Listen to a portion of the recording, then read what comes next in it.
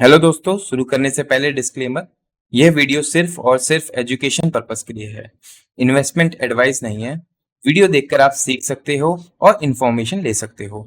कोई भी investment decision लेने से पहले अपने फाइनेंशियल एडवाइजर से जरूर कंसल्ट करें। तो दोस्तों स्टार्ट करते हैं मार्केट डैशबोर्ड से। आज का दिन मार्केट के लिए बहुत ही रेड वाला दिन रहा। इट मीन्स गिरावट हर सेक्टर से लेकर के हर इंडिसेस में। निफ्टी 50 23,815 पे जाके बंद हुआ, जो कि मार्च के बाद सबसे बड़ी गिरावट रही, जो कि लगभग 1.5%। और सेंसेक्स की बात करें, ये भी 1.7% गिरकर 76,015 पे बंद हुआ। यही सेम का सेम पैटर्न बैंक निफ्टी में भी रहा। और निफ्टी ऑटो लगभग 2%। और यहां पर बात करें, एफआईआई ने आज जबरदस्त सेलिंग करी है 8,437 करोड़ की। और यही नेट डीआई ने थोड़ा सा संभाला है 6,000 करोड़ के आसपास की बाइंग करके।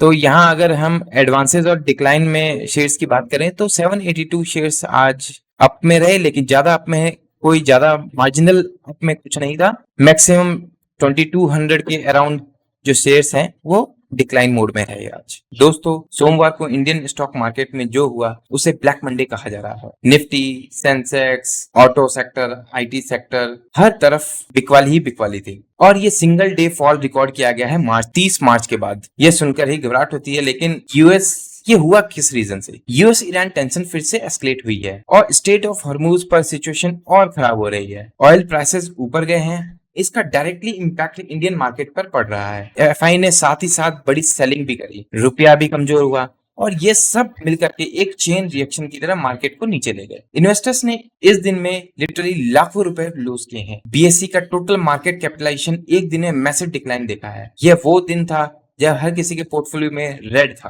बड़े स्टॉक्स कहो, छोटे स्टॉक्स से लेकर के मिड कैप, स्मॉल कैप, सब के सब गिरे हैं। सो दोस्तों स्टार्ट करते हैं एसबीआई से। स्टेट बैंक ऑफ इंडिया के लिए ये हफ्ता बहुत पेनफुल रहा। एसबीआई ने सिर्फ 2 ट्रेडिंग सेशन में 11 बिलियन से ज्यादा मार्केट वैल्यू लॉस किया। यह एक मैसिव नंबर। इसके पीछे 2 रीजन है। पहला, Q4 रिजल्ट डिसअपॉइंटिंग रहे, नेट प्रॉफिट एक्सपेक्टेशन से कम आया, रेवेन्यू को मिस किया। और दूसरा रीजन है मार्जिन स्क्वीज। एसबीआई की नेट इंटरेस्ट मार्जिन यानी एनआईएम में कंप्रेशन देखने को मिला है। बैंक के लिए एनआईएम बहुत क्रिटिकल होता है दोस्तों, यही इसकी कोर प्रॉफिटेबिलिटी का मेजर होता है। अब एसबीआई इंडिया का लार्जेस्ट पब्लिक सेक्टर बैंक है। जब इतना बड़ा इंस्टीट्यूशन स्ट्रगल करता है तो पूरे बैंकिंग सेक्टर पे इसका असर पड़ता है। निफ्टी बैंक ने मंडे को, जो कि आज 1.31% की बड़ी गिरावट दिखाई। Q4 में एसबीआई का एनपीए भी डिस्कस हो रहा है। ग्रॉस एनपीए में कुछ इंप्रूवमेंट थी, लेकिन जो ऑपरेटिंग प्रॉफिट मार्जिन कंप्रेशन हुई है वो इन्वेस्टर्स को पसंद नहीं आई है। साथ ही जो डिविडेंड डिक्लेयर हुआ है वो एक्सपेक्टेशन के अनुसार था। लॉन्ग टर्म में एसबीआई एक सॉलिड इंस्टीट्यूशन है, लेकिन शॉर्ट टर्म में मार्जिन प्रेशर और डिसअपॉइंटिंग रिजल्ट की वजह से ये स्टॉक प्रेशर में रह सकता है। इसलिए हमें नेक्स्ट क्वार्टर में इसके रिजल्ट का इंतजार रहेगा। अब बात करते हैं हमारे रुपीस की।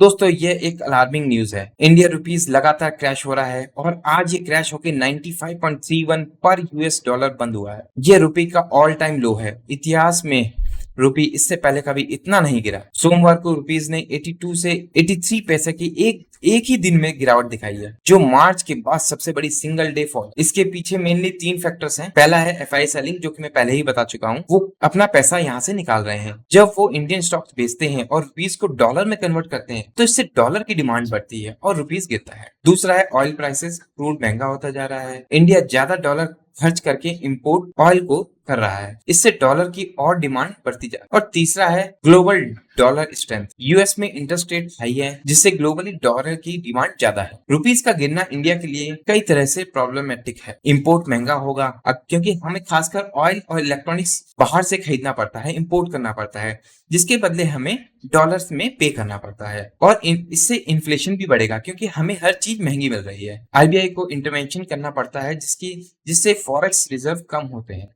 लेकिन एक पॉजिटिव भी है।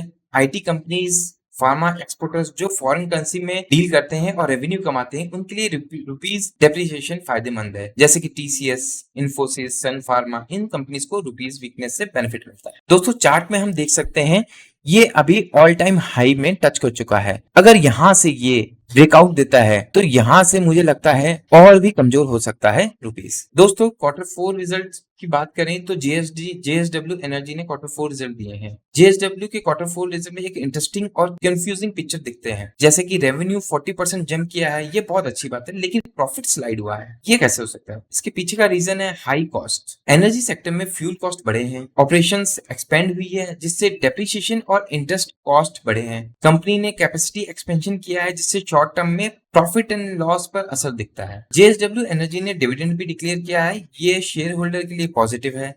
लॉन्ग टर्म में जेएसडब्ल्यू एनर्जी इंडिया के एनर्जी ट्रांजिशन में एक इंपॉर्टेंट प्लेयर है। रिन्यूएबल एनर्जी में उसका इन्वेस्टमेंट बढ़ रहा है, लेकिन शॉर्ट टर्म में जब रेवेन्यू बढ़े और प्रॉफिट घटे, इन्वेस्टर्स को थोड़ा पेशेंस रखना होगा। दोस्तों अब बात करते हैं एमसीएक्स की। यह एक बहुत अच्छी न्यूज आई है जो इस क्रैश के बीच में शाइन कर रही है। एमसीएक्स यानी मल्टी कमोडिटी एक्सचेंज ने रिकॉर्ड 1332 करोड़ का प्रॉफिट रिपोर्ट किया है। यह एमसीएक्स का all time best quarterly performance है। ये कैसे हुआ? दो मेन रीजन है इसके भी। पहला है गोल्ड वॉलेटिलिटी। गोल्ड अभी बहुत वॉलेटाइल है। जियोपॉलिटिक्स टेंशन, ईरान यूएस के बीच में, रशिया यूक्रेन के बीच में, करेंसी वीकनेस है, इन्फ्लेशन फियर है, इन सब की वजह से गोल्ड में मैसिव ट्रेडिंग हो रही है। और जब ट्रेडिंग बढ़ती है तो एमसीएक्स को ट्रांजैक्शन फीस मिलती है। दूसरा रीजन है दोस्तों retail participation. Indian retail investors तेजी से कमोडिटी मार्केट में आ रहे हैं। एसआईपी की तरह अब लोग कमोडिटी में भी इन्वेस्ट कर रहे हैं। एमसीएक्स एक एक्सचेंज बिजनेस है।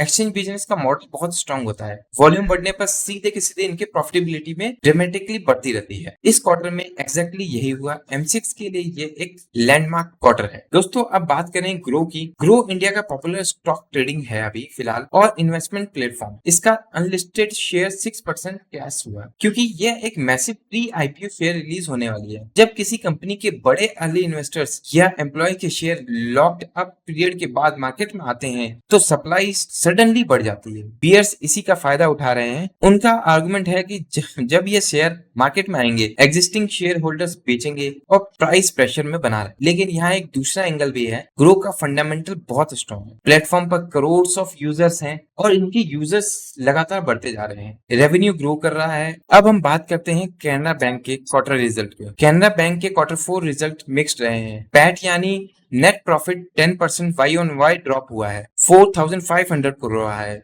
यह डिसअपॉइंटिंग है, लेकिन एनआईए यानी नेट इंटरेस्ट इनकम 4% बढ़ा है। एनआईए बैंकिंग का कोर बिजनेस इनकम है। पीएसयू बैंक का इस क्वार्टर में जनरली स्ट्रगल कर रहे हैं। मार्जिन प्रेशर है, हायर प्रोविजनल और वन टाइम आइटम, इन सब ने प्रॉफिटेबिलिटी को अफेक्ट किया है। कैनरा बैंक का एसेट क्वालिटी देखें तो कुछ इंप्रूवमेंट्स हैं, लेकिन एनपी लेवल अभी भी हाई है। पीएसयू बैंक में अभी बहुत कॉशियस रखना है। एसबीआई और कैनरा बैंक दोनों के रिजल्ट डिसअपॉइंटिंग आए हैं। ये सेक्टर शॉर्ट टर्म में अंडर प्रेशर है। दोस्तों राजनाथ सिंह का मैसेज आया है जिसमें डिफेंस मिनिस्टर राजनाथ सिंह जी ने पीएम मोदी के अपील के अगले दिन ही एक इंपॉर्टेंट स्टेटमेंट दिया है। उन्होंने कहा है avoid panic, government is taking concrete step. यह स्टेटमेंट दो लेवल पर है।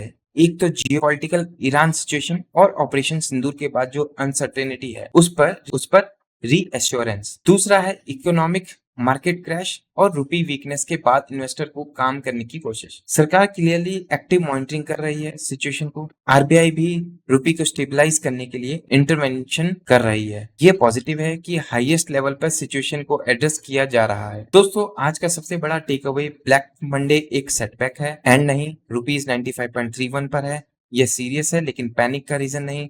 एसबीआई और कैनरा बैंक के रिजल्ट डिसअपॉइंटिंग है। पीएसयू बैंक सेक्टर से थोड़ा दूर रहो। एमसीएक्स ने रिकॉर्ड प्रॉफिट किया।